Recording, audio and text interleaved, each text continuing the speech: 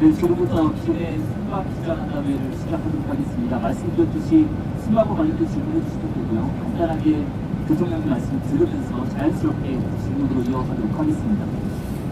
네, 우리 기자단 여러분, 솔직히 너무 힘들죠?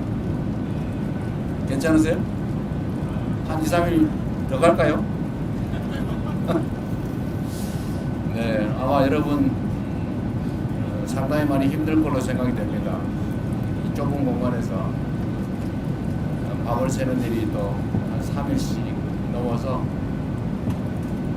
대단히 미안하게 생각합니다.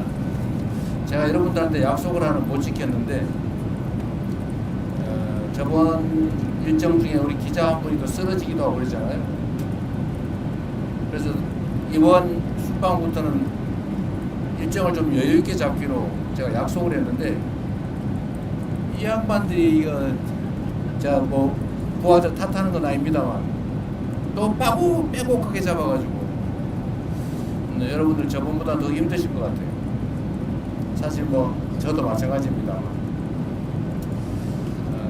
정말로 다음부터는 좀 더 여유 있게 일정을 잡도록 하겠습니다.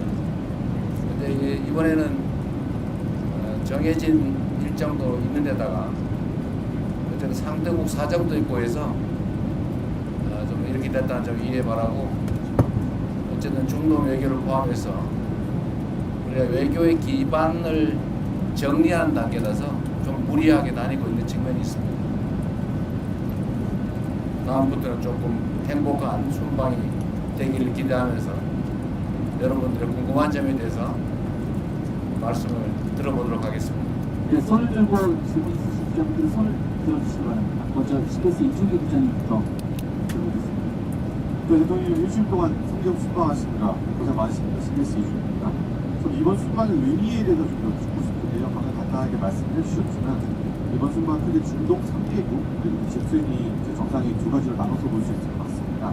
이 중에서 중국 3개국 순방에 대해서 좀 질문을 드리고 싶은데요. UAE 같은 경우는 강훈식 비서실장이 특사 활동을 하면서 어느 정도 정치작업이 됐었지만 이집트 튀르키예 같은 경우는 뭐 아이스 브레이킹이나 라포 형성의 좀 느낌이 다소 강했다 이렇게 보여준 측면이 있습니다. UAE와 이집트 튀르키예 같은 경우는 전통적인 중동의 이제 강호 국가들인데 이번 순방을 이들 국가로 정하신 점이 이제 신정부가 중동 국가의 외교에 어떤 물꼬를 튼다 이렇게 좀 이해하면 되는지 이 부분에 대해서 설명해 주시면 감사하겠습니다. 뭐 굳이 더 추가 설명이 필요 없을 만큼 잘 이해하고 계신 것 같습니다. 잠깐 말씀드렸지만 우리가 이제 남아공은 G20 회의 때문에 뭐 당연히 가는 것이고, 근데 중동은 어쨌든 우리 외교의 한 중요한 축입니다. 그리고 이번에 방문하는 3개국은 역시 중동 지역의 핵심 국가죠. 그리고 대한민국과의 역사적 관계도 특별하고, 또 방위산업이라든지 또는 뭐 무역 투자 각종 분야 협력 분야에서 여러 가지 새로운 아이템들도 발굴하고 기존의 협력 관계도 좀 강화할 필요가 있어서 지금 기반을 단단하게 한다는 측면에서 핵심 국가 중심으로 지금 가고 있는 겁니다. 네, 또 질문 있으신 기자분들 문화일보 양희석 기자님. 대통령님 안녕하세요. 문화일보 나인석입니다. 오늘 저는 대통령께서 중국, 일본 총리 이제 각각 회동을 하셨습니다. 네. 근데 지금 지금 여러 나라로부터 중국 경제에 대한 요구가 나오고 있고, 또 한편 무슨 문제? 중국 경제, 대중국 경제 중국 경제. 나오고 있고, 또 한편으로는 중국하고 일본의 그 갈등도 네. 격화되고 있는 상황이지 않습니까? 네. 특히 이제 저희로서는 이 원전 건조 이슈까지 좀 얽혀 있어서 좀 복잡한 문제 같은데, 혹시 뭐 연내든 아니면 너무 멀지 않은 시점에 한중 정상회담이 성사된다면 대통령께서 어떤 스탠스를 갖고 보관하실지 여쭙겠습니다. 제가 뭐 미국 측에도 얘기하는 거고 중국 정부에도 명확하게 얘기한 거지만, 대한민국의 외교의 기본적 원칙은 한미 동맹을 근간으로 하되 중국과의 관계는 안정적으로 잘 관리한다라는 것입니다. 그 근본은 국익 중심의 실용 외교라고 할 수 있을 겁니다. 그리고 그 중 핵심은 역시 또 대한민국의 군사 안보 각 영역에서 자율성을 확대하는 것입니다. 전시작전 지휘권을 회복하는 문제도 그렇고 핵 추진 잠수함 건조를 하는 문제도 그렇고 중국과의 경제 협력 또는 민간 교류 확대도 대한민국 국익에 부합하기 때문에 당연히 해야 될 일입니다. 한미 간의 동맹에 기초한 그야말로 기존의 군사 동맹에서 예를 들면 앞으로는 경제 동맹, 첨단 기술 동맹으로까지 복합 동맹으로 발전시켜야 되는데 이 두 가지는 결코 양립 불가능한 것이 아니다라고 생각됩니다. 우리가 언제나 대륙과 해양의 중간쯤에 위치하고 있기 때문에 자칫 잘못하면 양팔을 동시에 잡아당기는 또는 중간에 낀 새우 신세가 될 수도 있지만 또 우리가 하기에 따라서는 양쪽의 입장을 적절히 중지하면서 우리의 활동 폭을 얼마든지 넓혀갈 수 있다라고 생각합니다. 우리가 세계사적으로 보면 이 반도 국가들이 두 가지 길을 갑니다. 크게 융성하거나 아니면 갈갈이 찢겨지거나 우리 대한민국도 비슷한 위치에 있죠. 지금 우리는 이 격변한 국제 질서 속에서 우리가 하기에 따라서 우리가 힘을 축적하고 주체적으로 잘 판단하고 자율성을 극대화하고 그리고 국익 중심으로 힘들 때 잘 견뎌내고 또 양쪽의 입장을 잘 활용하면 우리의 외교 지평이 오히려 확 넓어질 수도 있다라고 생각됩니다. 또 이번 새 정부는 그런 길을 향해서 계속 가고 있습니다. 중국의 견제 문제는 뭐 서방 국가들 입장에서는 그중에 특히 미국 입장에서는 중국을 적절하게 견제하고 싶어 하죠. 또 한편으로는 견제하면서도 또 한편으로는 협력할 분야를 찾아서 적극적으로 협력을 하고 있는 게 또 현실입니다. 국가와 국가 간의 관계는 원래 그런 것이죠. 국가와 국가 간의 관계를 일도 양단식으로 올로와 나식, 전부 아니면 전무 이런 식으로 접근하면 결국은 남는 게 하나도 없죠. 중일 갈등 문제에 대해서는 중국과 일본이 지금 일본 총리의 발언을 놓고 상당히 크게 갈등이 이어지고 있긴 하지만 대한민국 입장에서 현재 상황을 냉철하게 지켜보고 대한민국 국익이 훼손되지 않도록 대한민국 국익이 극대화될 수 있도록 최선을 다해야 되지 않을까 싶습니다. 그래서 오늘 약간 무리하긴 했는데 중국 총리하고 면담도 하고 또 거기에 맞춰서 일본 측에도 특별히 요청해서 일본 측과 균형을 맞춰서 또 정상회담도 간략하게 했습니다. 그 두 정상회담 과정에서 대한민국이 가지고 있는 기본적 입장을 충실하게 잘 설명했고 국해가 발생하지 않도록 잘 협의해서 지금 대한민국 입장에서는 그게 어떤 위협 요인이 생기거나 또는 갈등 요소가 추가되거나 그러지는 않다는 말씀을 드립니다. 네, 질문을 또 받도록 하겠습니다. 이번에는 한국일보의 이석기 기자입니다. 예, 대통령님 안녕하십니까? 저 한국일보 이석기 기자입니다. 대통령께서 이제 그 외국 순방을 다니시다 보면은 국력 신장이 필요하다라는 말씀을 많이 해주시는데요. 이제 얼마 전에 국가 경쟁력을 높이기 위해서 6대 핵심 과제 개혁 필요성을 말씀하신 적이 있습니다. 네. 이제 다른 나라 사례나 전례에 비춰보면 6가지 중에서도 노동과 연금 분야 개혁 과제가 상당하게 저항이 좀 예상되고 있는데요. 그 노동개혁 분야에서 고용시장 유연화 과제가 담기는지 그 연금 개혁의 목표는 어느 쪽으로 설정하고 계신지 궁금합니다. 일단 순방과 관련된 질문에 한해서 드리는 것으로 하겠습니다. 네. 이 문제는 우리가 순방을 하면서 각국이 가지고 있는 특장점들을 잘 살피고 또 우리가 배울 수 있는 건 배우고 협력할 수 있는 건 협력한다 라는 그런 정도 말씀으로 대체하도록 하겠습니다. 네, 뭐 제가 잘 안 보였습니다. KBS 손수환 기자님 한번 주시겠어요? KBS 손수환 기자님. 네, 대통령님 고생 많으셨습니다. 이번 그 G20 정상회의를 통해서 굉장히 여러 정상들을 뭐 짧게지만 많이 만나셨잖아요. 우리나라에 좀 기대하는 역할이 좀 뭐라고 생각하셨는지 정상들 만나면서 여쭤보고 싶고요.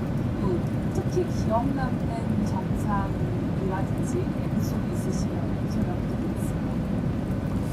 네, 원래 이게 다자 협상의 장이라고 하는 것은 우리 외교부 장관이 그러셨던가 안보실장이 그러셨던가 그야말로 장이 서는 거라고.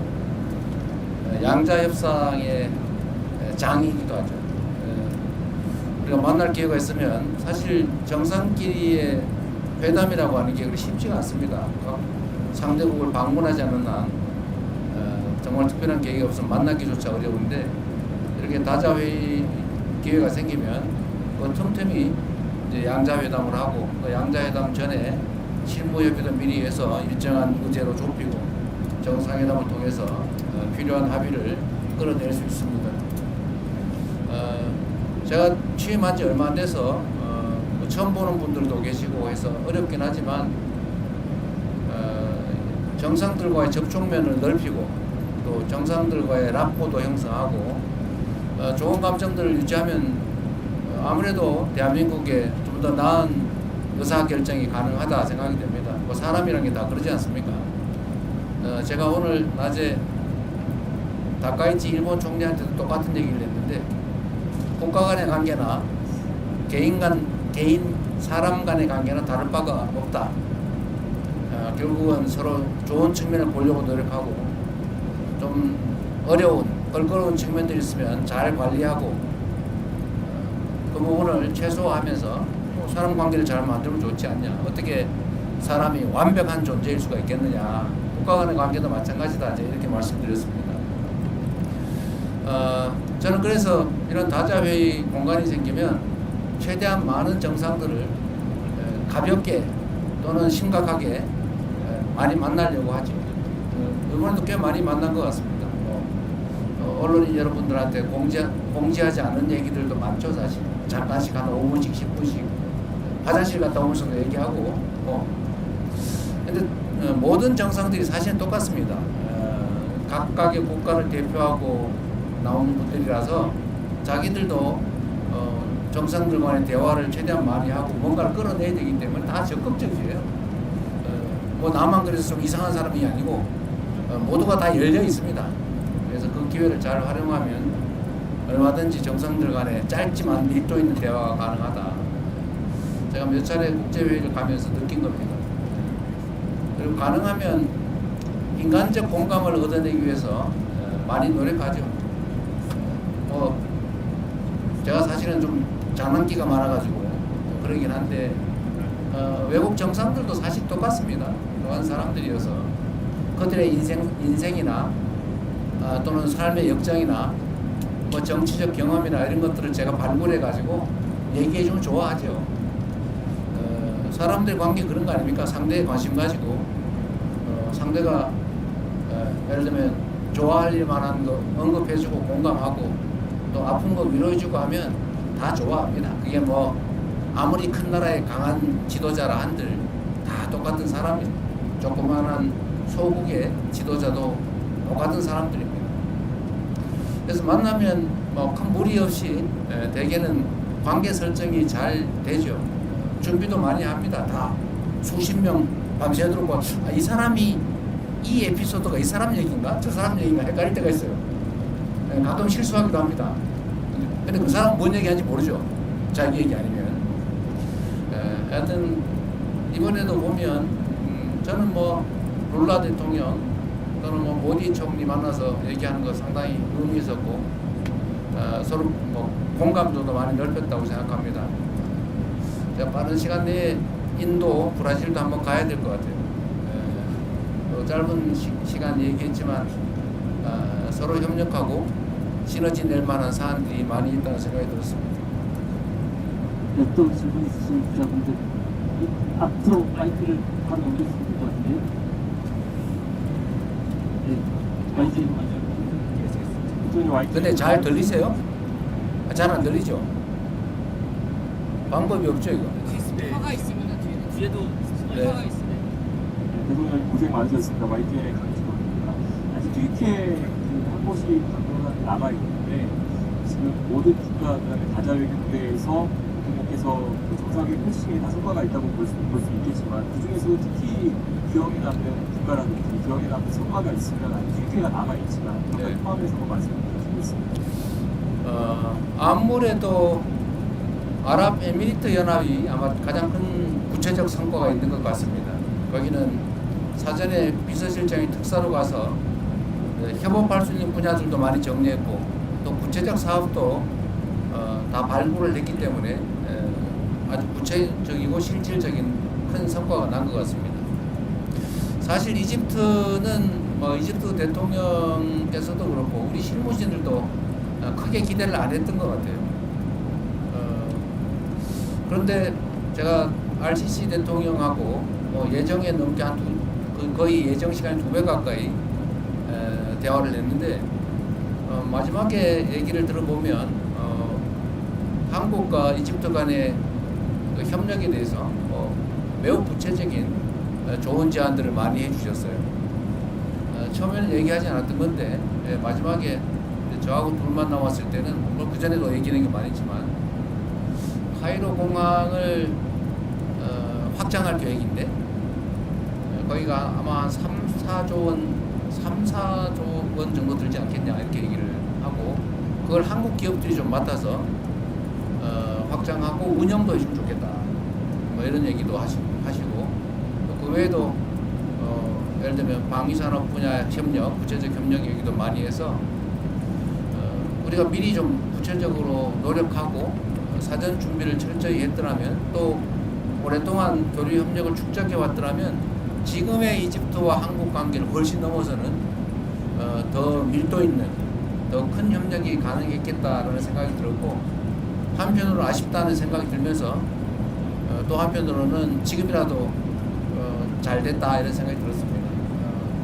이집트는 제가 가급적이면 이집트 대통령을 국빈으로 한국에 오시라고 초청을 드렸는데 오시겠다는 의사도 표명하셨고 오시기 전에 실무적인 협의를 좀 거쳐서 지금 그때 당시에 그냥 난삽하게 얘기했던 각종 협력 사안에 대해서 충분히 준비하도록 하겠습니다.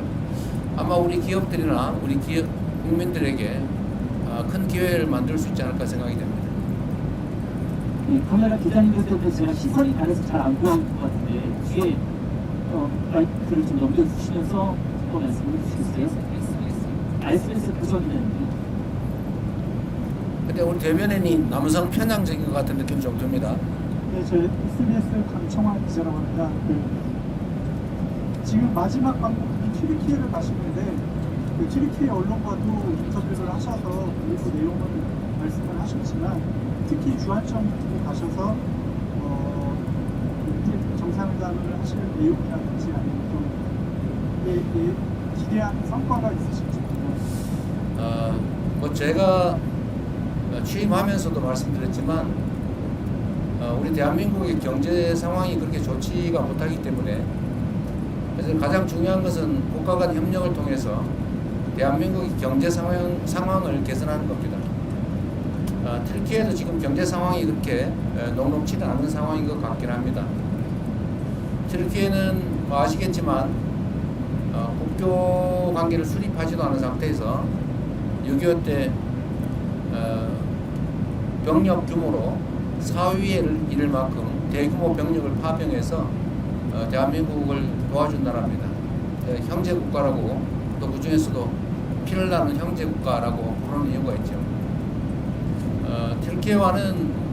튀르키예도 방위산업 분야, 국방 분야에 워낙 관심이 많고 또 대한민국도 강점을 가진 분야가 방위산업 분야인데 이 부분에 대한 협력도 가능할 것이고 또 튀르키예는 이제 문화 관광 산업이 상당히 발전한 나라이기도 합니다. 또 대한민국도 앞으로 문화 콘텐츠 분야에 투자를 많이 할 생각이기 때문에 이런 문화 관광 분야에 대한 협업도 가능할 것으로 생각되고 그 외에 일반적인 원자력 발전 문제라든지 정말 할 수 있는 일은 얼마든지 있다는 생각이 듭니다. 제가 외교부 장관한테도 또 안보실장한테도 말씀을 드리는데 앞으로 외교 분야에 대해서 우리가 좀 더 체계적으로 정비하고 더 많이 투자해야 된다 이런 말씀을 드렸어요. 우리는 이제 소위 통상국가인데 지금 제가 해외 순방을 다녀보면서 느낀 거는 대한민국의 대외관계 관리가 매우 분절적이라는 생각이 듭니다. 따로따로 나눠져 있어요. 교육부는 대학하고 또는 뭐 기재부는 뭐하고 또는 뭐 농림축산부는 농업 관련 사업을 하는데 뭘 하는지도 모르고 코트라는 또 코트라대로 하고 뭐 따로 다 놀고 있어요. 이렇게 해서는 안 되겠다. 좀 체계적으로 종합적으로 외교 분야를 정리하고 좀 더 타국과의 이런 협력을 좀 더 구체적으로 좀 더 세밀하게 관리해야 된다는 생각이 듭니다. 공정하게 하기 위해서 좌석을 반대편 쪽으로 변경하지 마이크 드리겠습니다. 진심은 김현선입니다.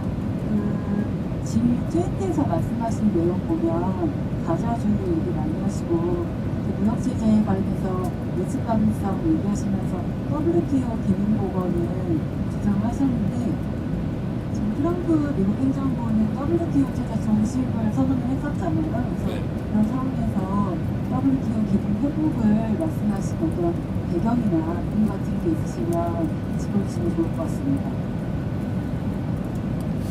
WTO 중심의 다자주의 체제 회복이라면 좀 심하고 완전히 깨진 건 아니니까요. 다자주의가 상당 정도 훼손되고 있는데 이 다자주의를 좀 훼손되지 않게 해야 된다는 점에 대해서는 우리 대한민국뿐만이 아니라 거의 특정 국가를 제외한 거의 대부분의 국가가 동의하는 바입니다. 그날 뭐 오늘 어제 이렇게 각 정상들 또 국제기구 대표들이 발표하는 거 발언하는 거 봐서도 알지만 어쨌든 자유무역 체계 다자 시스템을 튼튼하게 강화해야 된다, 훼손을 최소화해야 된다라는 점에 대해서는 모두 동의합니다. 이번에 아마 G20 논의 결과 성명을 전체 국가 이름으로 못하고 참여 국가 명의로 발표를 했는데 어쨌든 그것도 아마 상당히 내용에 어려움이 있었던 것 같아요.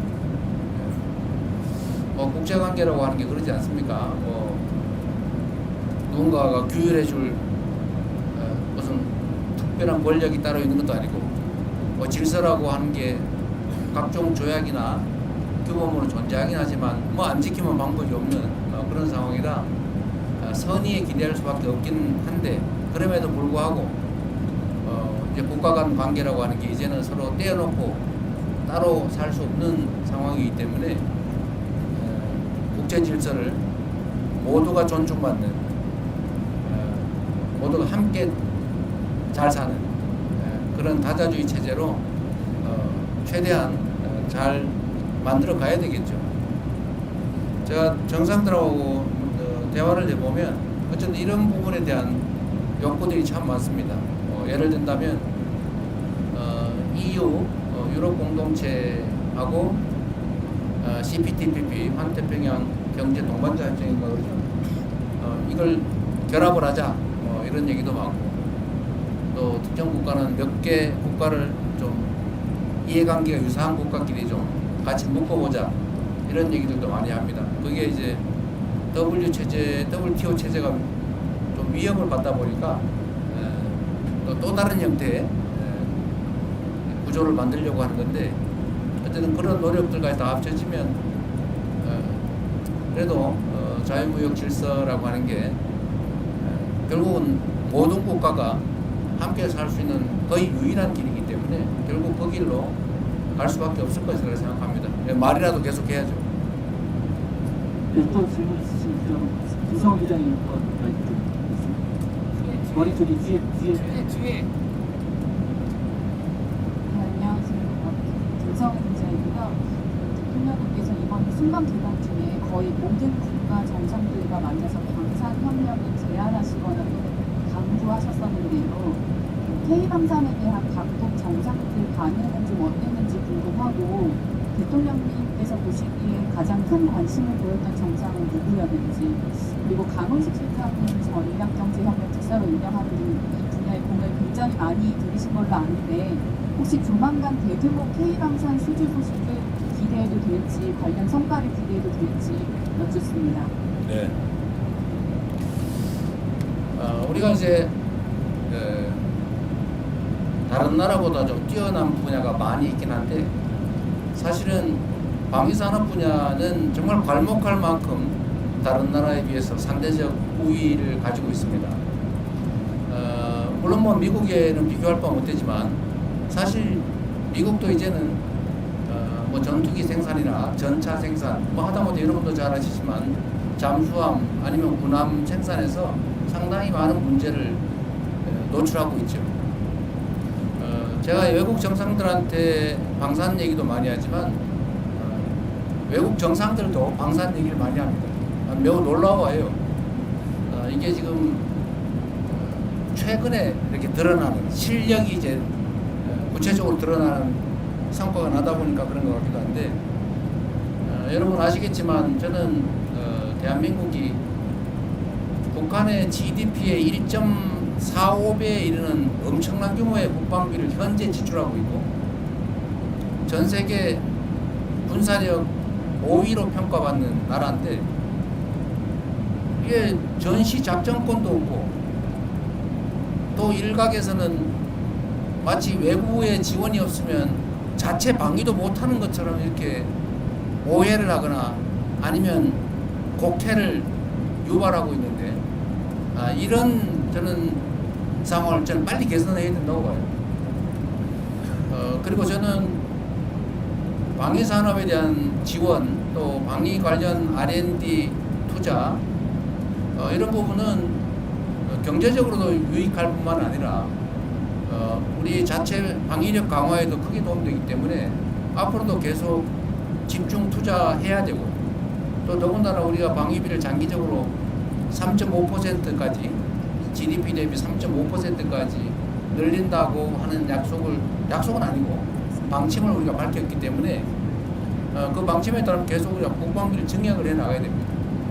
그래서 방위 산업을 육성하고 또 방위 산업을 통해서 다른 산업을 더 발전시키고 방위 산업을 통해서 수출을 확대하고 또 방위 산업을 통해서 각국이 지금 매우 군사적 위협을 느끼고 있기 때문에 그 위협을 느끼는 정도가 점점 더 강화되고 있기 때문에 각국의 관심도 높아지고 있어서 국가 간 관계를 발전시키는 데도 매우 도움이 된다고 생각됩니다. 그리고 우리만 그러는 게 아니고 말씀드린 것처럼 다른 나라도 이 방위산업 특히 우리의 무기를 구매하는 게 아니고 공동 개발, 공동 생산, 공동 판매, 시장 개척에 관심들이 많아요. 우리가 예를 들면 폴란드의 그 전차, 이 전차 수출하고 그 일본도 현지 생산을 하고 있지 않습니까? 폴란드도 매우 만족하고 있는데 사실은 KF-21을 포함한 전투기나 특히 인도 같은 경우는 조선산업협업을 구체적으로 요청을 했는데 어쨌든 거기는 뭐 군수 분야도 들어있을 걸로 추측은 돼요. 그래서 이거는 여러 다방면으로 우리에게 절대적으로 필요한 부분이기 때문에 저도 많이 강조하고 또 실제 수출 성과도 내야 되고 아마 실제 결과도 조만간 나오게 될 겁니다. 상당히 전망이 좋은 또 해야 될 분야라는 생각이 듭니다. 네, 다음 질문으로 넘어가겠습니다. 뉴스의 김시현 네.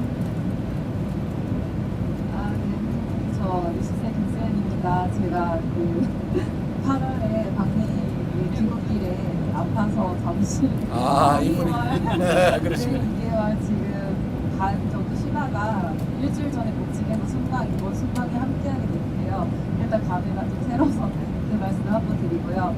지금 질문을 돌아가서 그 독일 총리와 아까 그 한반도 정세에 대해서 조금 말씀을 나눴던 것으로 공개가 됐는데 그거에 대한 구체적인 좀 발언은 조금 안 나온 것 같아가지고요. 아까 중국과 일본과의 관계 말씀하시긴 했지만 좀 총리와 조금 나눴던 대화를 공개하실 부분이 있으시면 조금 설명해 주시면 감사하겠습니다. 아까 브리핑 안 했어요. 내용 브리핑 안 하셨어요? 안 했습니다. 문서로 간단하게 공개한 건 있습니다. 아니 상관없고 그래도 최초의 양자회담인데 내용 발표를 좀 해주시고 그러셨어요. 일단 아, 따로 자료로 좀 냈습니다. 아 자료를 냈어요? 예. 네, 자료를 냈는데 안 보시는 모양이네. 독일 총리가 이제 중국과의 관계가 어떠냐 뭐 이런 식의 질문을 했는데 그건 뭐 프랑스도 마찬가지였던 것 같고 그에 대한 대답은 아까 여러분한테 했던 얘기하고 똑같습니다.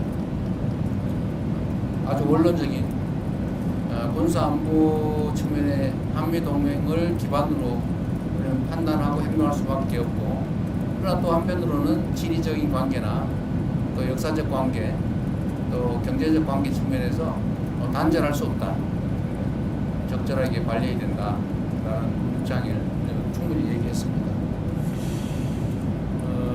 뭐 특별한 건 없었어요.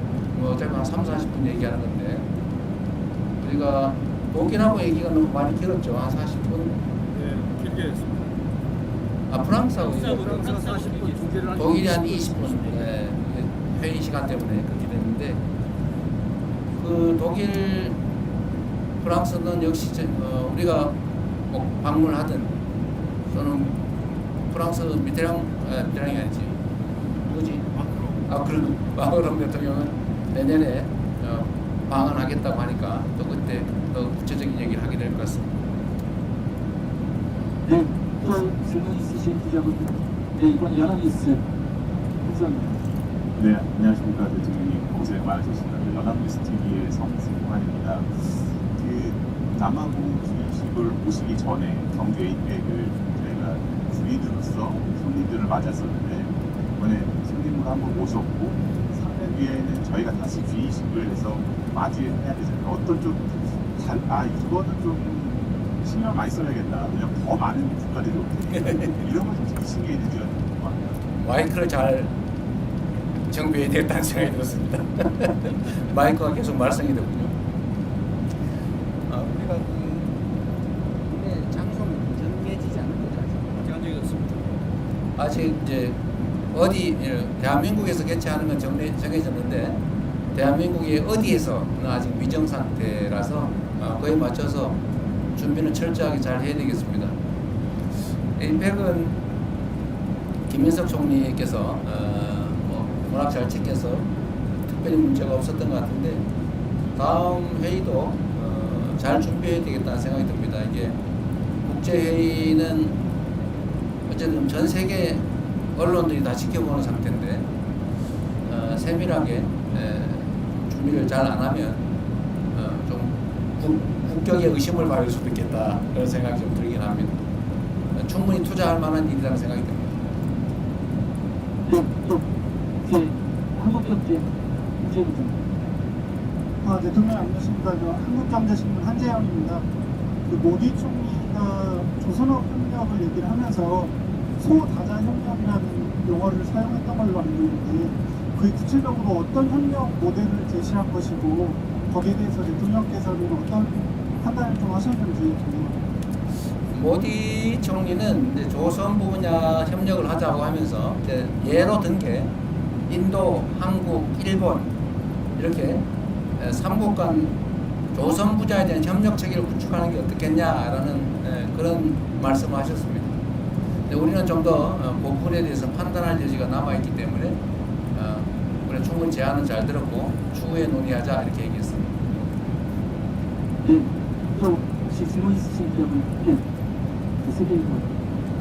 네, 안녕하십니까. 대통령님 고생 많으십니다. 좀 궁금한 부분이 이번 G20 정상회의에서도 그렇고 각국을 방문하실 때 AI라든가 기본 AI 이런 부분을 많이 말씀해 주셨는데요. 그에 대한 그 각국 정상들의 반응이라든가 아니면 우리가 AI 정책하고 관련해서 통해서 국민이 좀 협력을 할 수 있겠다 이런 생각이 좀 국가를 갖고 있으셨다고 말씀드립니다. 이번 G20의 핵심 의제 중에 하나도 AI를 어떻게 공정하게 잘 활용할 거냐라는 것입니다. 대한민국이 모두를 위한 AI라고 하는 정책을 추진하고 있는데 그 대한민국이 하고 있는 모두를 위한 AI는 우리 국민 모두도 포함되지만 세계의 모든 나라도 동시에 포함합니다. 근데 대개의 나라들이 지금은 자칫 잘못하면 인공지능 분야에서 특정 몇 개 국가에 종속될 가능성이 매우 높고 이 점에 대해서 정상들 중에는 걱정을 하는 사람들도 있습니다. 독자적으로 이걸 투자해서 해결하기는 어려운데 이거를 그렇다고 끌려가기는 어렵고 이런 걱정을 하고 있어서 제가 예를 들면 이집트 대통령한테는 그런 얘기를 했죠. 이집트 인구가 1억 명인데 앞으로 결국 세상은 인공지능 중심으로 바뀌어갈 거고 거기에 끌려가는 것보다는 동행하는 게 그래도 낫다. 그래서 한국과 인공지능 분야에 대해서 서로 협력을 하는 게 어떻겠냐라고 얘기했고 그 점은 동의하는 바가 있었습니다. 우리의 기획 중에도 제3세계의 인공지능 분야에 대해서 제3세계와 협업을 해서 제3세계를 독립적으로 인공지능 시스템을 특히 LLL 시스템을 포함해서 좀 구축을 함께 해주자라고 하는 계획도 가지고 있습니다. 그게 우리의 시장을 넓히는 길이기도 하죠. 의외로 이 분야도 인공지능 분야에 관한 협력 관계 구축도 앞으로 대한민국이 해야 될 중요한 아이템이 아닐까 싶은 생각이 들었습니다. 네, 또 질문 있으신 분들 질문 받겠습니다. 서울경제 송정훈 네, 대통령님 서울경제 송정훈 기자입니다. 지금 12일 만에 G7에 가셨을 때가 엊그제 같습니다. 그때는 이제 민주화 한국이 복귀했다, 국제사회에 복귀했다 이런 말씀을 많이 해주셨는데 그 사이에 어느새 한미, 한일 그리고 아세안의 APEC까지 G20까지 다녀오셨습니다. 이 사이에 대통령께서 보실 때 회의 정상들이 실제로 어떤 반응들이 달라졌는지 그게 궁금하고요. 그리고 아까 말씀 중에 그 2028년 G20 같은 경우에는 아직 도시가 정해지지 않았다라고 말씀하셨는데 항상 지론이 지방 도시를 생각을 하시니까 지방에서 할 수도 있다는 생각을 하시는지 궁금합니다. 네, 쉬운 말씀 먼저 드리면 2028년에 할 일이고 아마 내년 정도에는 어느 정도 윤곽을 잡아서 내후년부터는 준비를 해야 되겠죠. 근데 저는 기본적으로 가능하다면 지방에서 하는 게 좋겠다는 생각은 갖고 있는데 글쎄 그때 가서 상황이 어떨지는 잘 모르겠습니다. 이게 숙소 문제나 이런 게 상당히 좀 큰 문제라서 인프라 구축도 간단한 문제가 아니어서 쉽게 단언하긴 좀 그렇고 또 했던 데서 또 하긴 좀 그렇고 여러 가지를 살펴야 되지 않을까 싶습니다. 제가 당선 직후에 캐나다에 갔을 때 그때는 사실은 저도 정신도 없고 저도 몇몇 정상들 얼굴 아는 사람들 내가 혼자 사진에서만 봤지 전혀 모르는 사람들인데 상당히 좀 어색하긴 했습니다.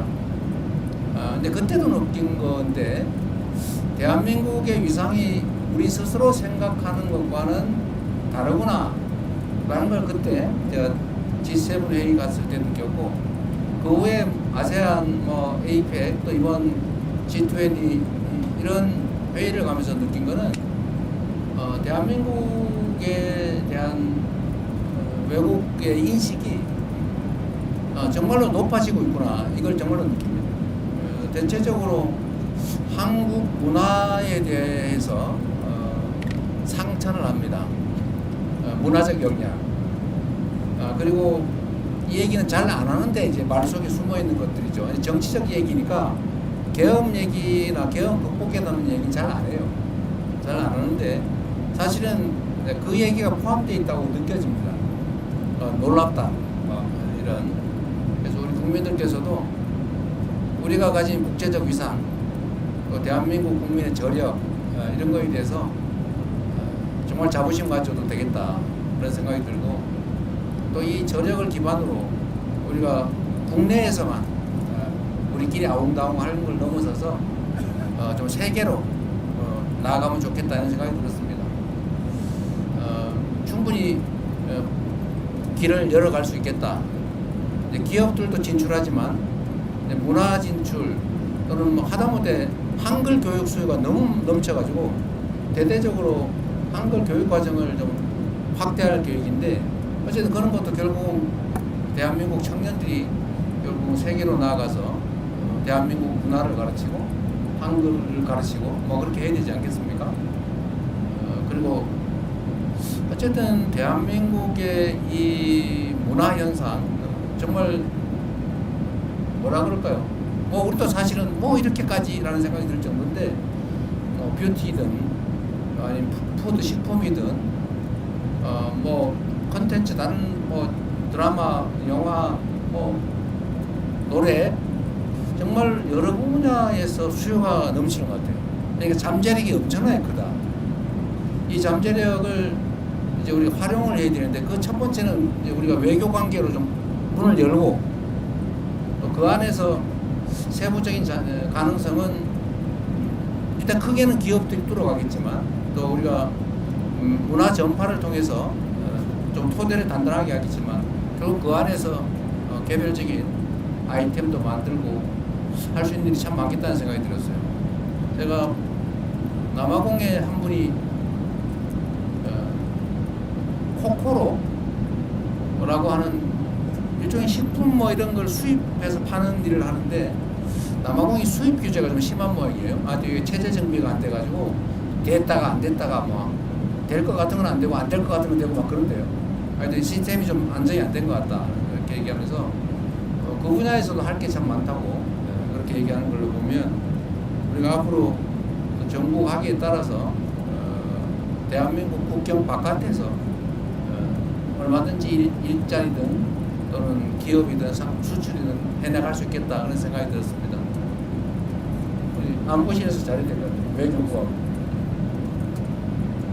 네, 슈퍼스는 네, 박형원 기자님 제일 앞뒤 있습니다. 이분이 그 유명한 박형광님.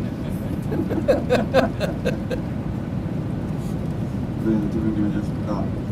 검설과 뉴스공장의 박형원 기자라고 합니다. 저희가 생각으로 많이 피곤하실 텐데 고생이 많으십니다. 방위 산업이 단순 수출 증진뿐만 아니라 국가 간 관계에 도움이 된다라고 말씀하셔서 드리는 질문입니다. 방사 포함해서 우주, 원전 등 협력도 중요한 의제로 지금 가져가고 계시는데, 이걸 종합해봤을 때 사실상 군사 협력에 준하는 어떤 관계를 가져가려고 하는 구석을 만드는 거 아닐까라는 생각도 좀 듭니다. 그 정도까지는 아니더라도 미국, 중국 등 강대국에 의해서 좌지우지되는 변화 일변도의 국제 정세에 대응하기 위해서 강사협력으로 끈끈하게 묶인 좀 새로운 외교적 협력체를 구상하고 계신 거 아닌가라는 생각이 듭니다. 방산외교를 통한 직접적 수출 증진과 국가 간 관계 발전 중 어디에 좀 더 무게를 두고 계신지 좀 생각을 여쭤보고 싶습니다. 적절하게 지적하신 것처럼 이제 각국의 방위산업 수요가 우리가 예상하는 것 이상으로 빠르게 커지고 있습니다. 중동만 해도 다들 언제 예측을 넘어서서 갑작스런 급변 사태가 생길지 모르겠다고 불안해합니다. 최근에 몇 차례 국가들이 겪었죠. 이건 아닌데? 라고 하다가 좀 비상 상황을 겪는 일이 벌어지다 보니까 어쨌든 방위산업 또는 군사 안보 분야에 대한 수요가 상당히 많이 늘고 있습니다. 또 중동도 그렇지만 다른 나라들도 비슷하죠. 물론 이제 요구 수준이나 또는 강도는 좀 떨어질 수 있습니다. 아프리카 마찬가지고 남미도 좀 비슷해 가고 있지 않나요?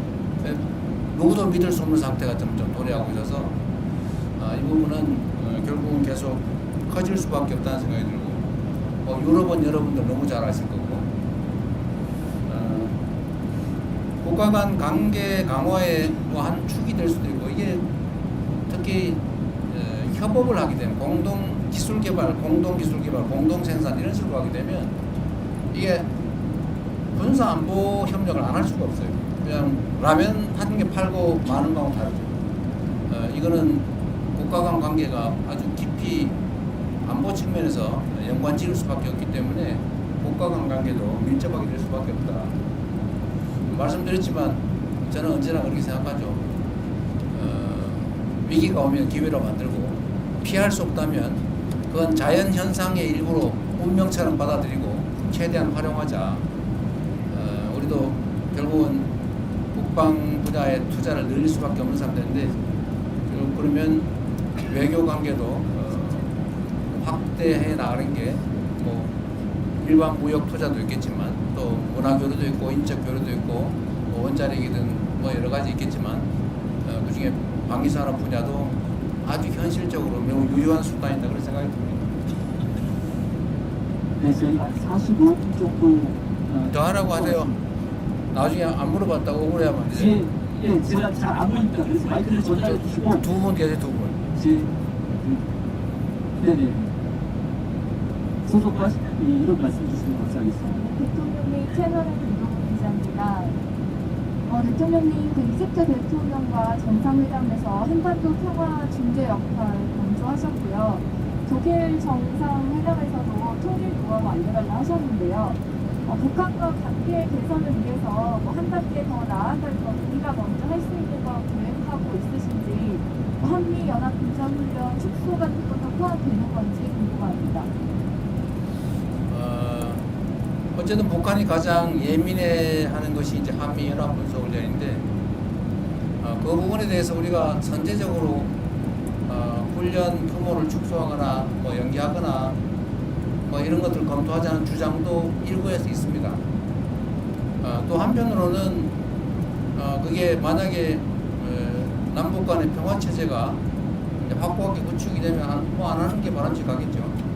그러나 이게 어떤 게 먼저냐라는 것은 그때 상황에 따라서 이게 지렛대가 될 수도 있고 결과가 될 수도 있죠.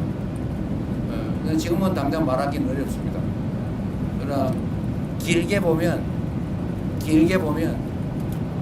대한민국의 방위는 대한민국 스스로 책임지고 또 가급적 군사훈련을 하지 않아도 되는 그야말로 말씀드린 것처럼 싸우지 않아도 되는 싸울 필요가 없는 평화체제를 확고하게 구축하면 뭐 그때 되면 이런 트럼프 대통령이 별로 안 좋아하는 돈 드는 합동군사훈련 이런 거 안 해도 되지 않습니까? 그러나 지금 단계에서는 뭐 쉽게 얘기할 수 없는 부분이죠. 그래서 이거는 상황과 조건에 따라서 얘기할 것이 지금 미리 어떤 방향으로 예단하기는 어렵다. 그렇게 생각이 됩니다. 네, 그 뒤에 매일경제 오세훈. 예, 안녕하세요. 매일경제 오세훈입니다. 방금 출국 전에 공개된 트리티의 언론과의 인터뷰가 있었습니다. 네. 이 인터뷰에서 대통령께서 트리티의 신호 원전 프로젝트 논의가 진행 중이고 한국 원전 기술로 트리티의 원자력 발전에 기여하기 희망한다고 하시면서 이제 수주 의지를 밝히신 걸로 이해를 했는데요. 현재 우리나라 기업이 관련 프로젝트에 이제 입찰을 해서 경쟁 중인 상황입니다. 그래서 이번 고품 방문을 계기로 관련한 결과가 도출될 가능성이 있을지 말씀 좀 부탁드립니다. 뭐 결과를 예단하기는 어려울 테고 아마 한전이 입찰에 응한 것 같아요. 응찰한 것 같은데 정상은 대화를 통해서 우리 대한민국 원전 사업의 우수성, 그 다음에 경쟁력 이런 것들을 잘 설명하고 좋은 결과가 나도록 노력을 해봐야죠. 뭐 결과에 또 뭐 여러 가지 판단할 요소가 있을 테니까 기다려봐야 되지 않겠습니까? 네, 또 혹시 질문이 더 있으실까요? 이제 손을 드는 분이 안 계실 것 같아요. 있나요? 그쪽에 마이크를 전달을 해주십시오. 예, 대통령님 수고 많으십니다. 연합뉴스 이명석 기자고요. 조금 전에 질문 나왔던 트리티의 현지 언론 인터뷰에서요. 잘 들리시나요? 네, 잘 들려요. 예. 대통령께서 통일의 논의에 벤처의 인류다라고 얘기하시면서 점진적 단계적으로 추진해 나겠다는 말씀하셨는데요. 잘은 뭐라고 총리가 뭐라고요? 그 통일에 대해서 아 통일에. 그 일방적으로 추진하지 않겠다. 점진적 단계적으로 추진을 해 나가겠다라는 얘기를 하셨는데 이 얘기는 결국은 지난번에 흡수 통일에 대해서 추진하지 않겠다는 거랑 마찬가지로 이 정부에서는 좀 시간이 걸린다고 하더라도 충분히 대화를 가지고 장기적으로 접근하겠다는 뜻으로 저희가 받아들여도 되는 건지 궁금하고요. 그리고 같은 맥락에서 지난번 1회 때 북미 정상 간 대화가 아쉽게도 좀 무산이 됐는데 혹시 다음 모멘텀으로 이 통일 문제를 진전시킬 수 있는 다음 외교적 모멘텀이 뭐가 있을지 생각하시는 분이 있으면 설명해 주시면 감사하겠습니다. 네. 남북 관계는 참으로 안타깝게도 매우 적대적이고 대결적 양상으로 바뀌었습니다. 아주 초보적인 신뢰조차도 없어서 아주 극단적인 발언 또 극단적인 행동을 보여주고 있습니다. 북한 측이. 아시겠지만 지금 군사분계선 기준으로 북한이 3중 철조망을 치고 있어요. 이게 6.25 전쟁이 이제 휴전으로 끝나고 그 이후 정말 수십 년 동안 안 하던 일입니다.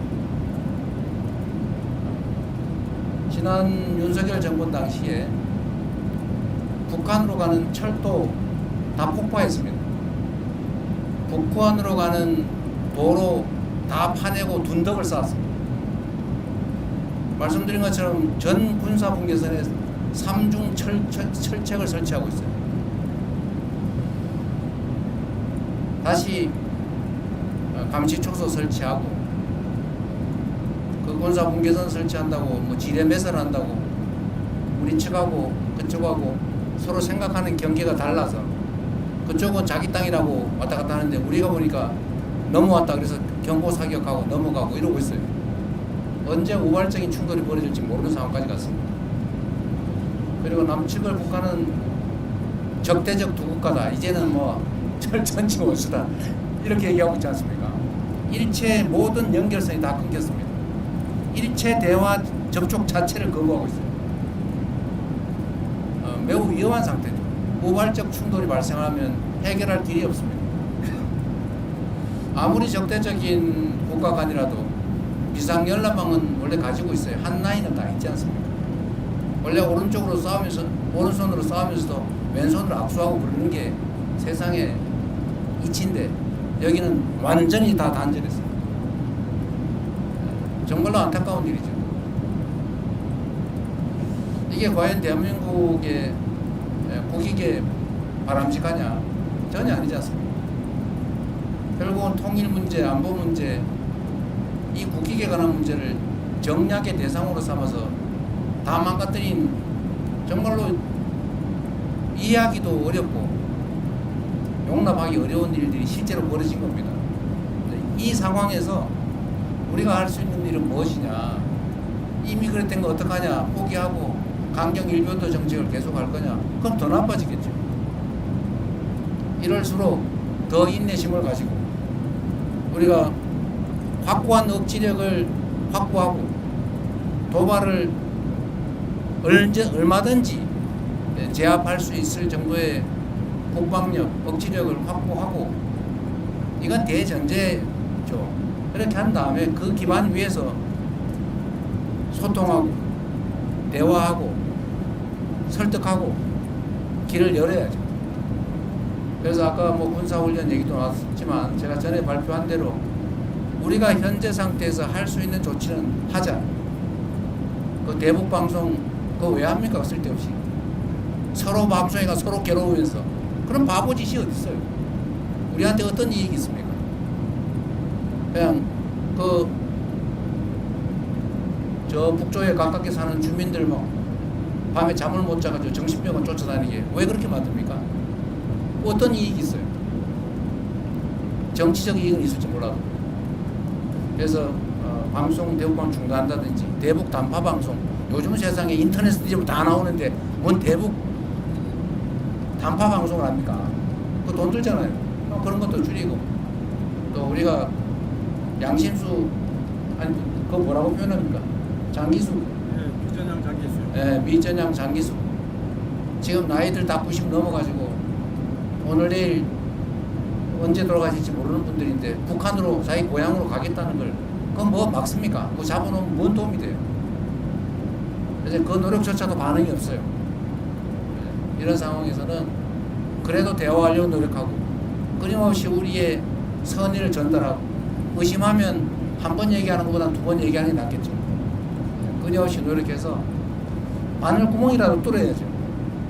자꾸 피하면 쫓아다니면서 얘기도 하고 말도 붙이고 뭐 안 듣겠지만 군사분계선 불명확하니까 이거 사고 나겠다. 진짜 충격전이 벌어질 수도 있겠다. 서로 자기 땅이라고 우기다가 이런 거 대화해서 선을 긋자. 이런 거라도 해야죠. 우리는 언제든지 열려있다는 거 말씀드리고 그리고 전에 END 전략이라고 우리가 말씀드렸습니다만 교류해야죠. 아니 다른 어떤 나라와 다 교류하고 대화하면서 왜 북한하고만 안 합니까? 어쨌든 교류하자. 그리고 관계 정상화를 우리가 지지한다. 전 세계와 교류해라. 우리하고는 좀 늦더라도. 그리고 마지막으로 단기적으로는 일단 핵 동결하고 중기적으로는 감축하고 장기적으로는 비핵화하자.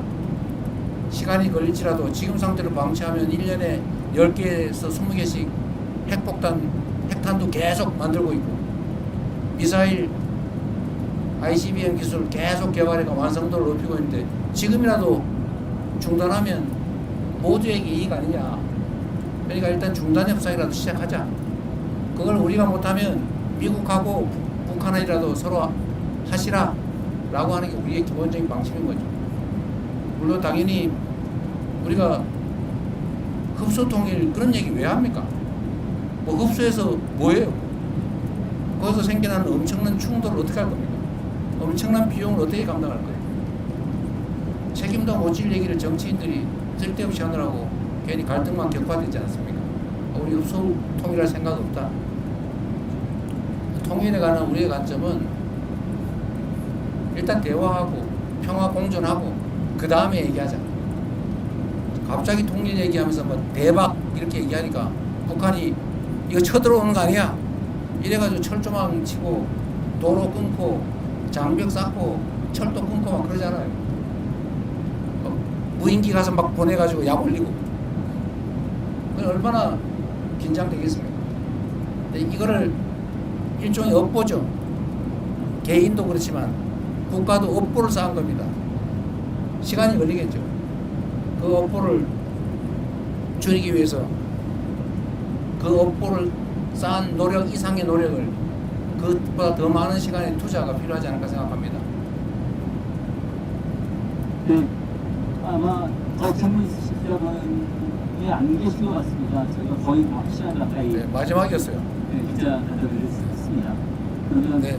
이것으로 기자 간담회를 마치도록 하겠습니다. 어쨌든 여러분 뭐 박수 치면 누구 욕해요. 어쨌든 여러분 너무 고생이 많으십니다. 제가 이렇게 해외 순방을 다녀보니까 또 교민들을 이렇게 만나보니까 참 절박하다는 생각이 들었어요. 또 한편으로는 정치 또 국정이 하기에 따라서 참 많은 걸 할 수 있겠다 그런 자신감도 생깁니다. 몸이 좀 피곤하긴 하지만 그래도 정상들을 만나고 방문하고 또 현지에 이런저런 의견들 들어보고 또 개선책들 만들다 보면 참 보람 있는 일이라는 생각이 들긴 합니다. 저는 그래도 좀 넓은 공간에서 좀 편하게 가는 편인데 이 좁은 공간에서 10몇 시간씩 비행기 타고 가는 거 얼마나 힘들겠어요. 그래서 앞으로는 저기 어디 갔습니까? 여기 일정 짜는 사람들 누구예요? 여기 의전팀 짭니까? 이 양반이 공보 출신인데도 이게 기자 배려를 안 하고 네? 언론들 배려를 안 하고 이렇게 저도 죽을 지경입니다. 무슨 일정을 이렇게 정상 외교 순방 일정을 이런 식으로 어디 이집트 가면 박물관이라도 한번 가봐야지 세상에. 네? 하루 종일 뺑뺑이 돌리다가 바로 다른 나라 그것도 밤에 출발해가지고 새벽에 도착해서 또 뺑뺑이 돌리고 좀 반성하세요. 저를 위해서가 아니고 우리 언론인들 생각해서 또 쓰러지면 어떡할 겁니까? 이번에 더 힘든 것 같은 제목입니다. 몸 관리 잘 하십시오. 자, 고맙습니다.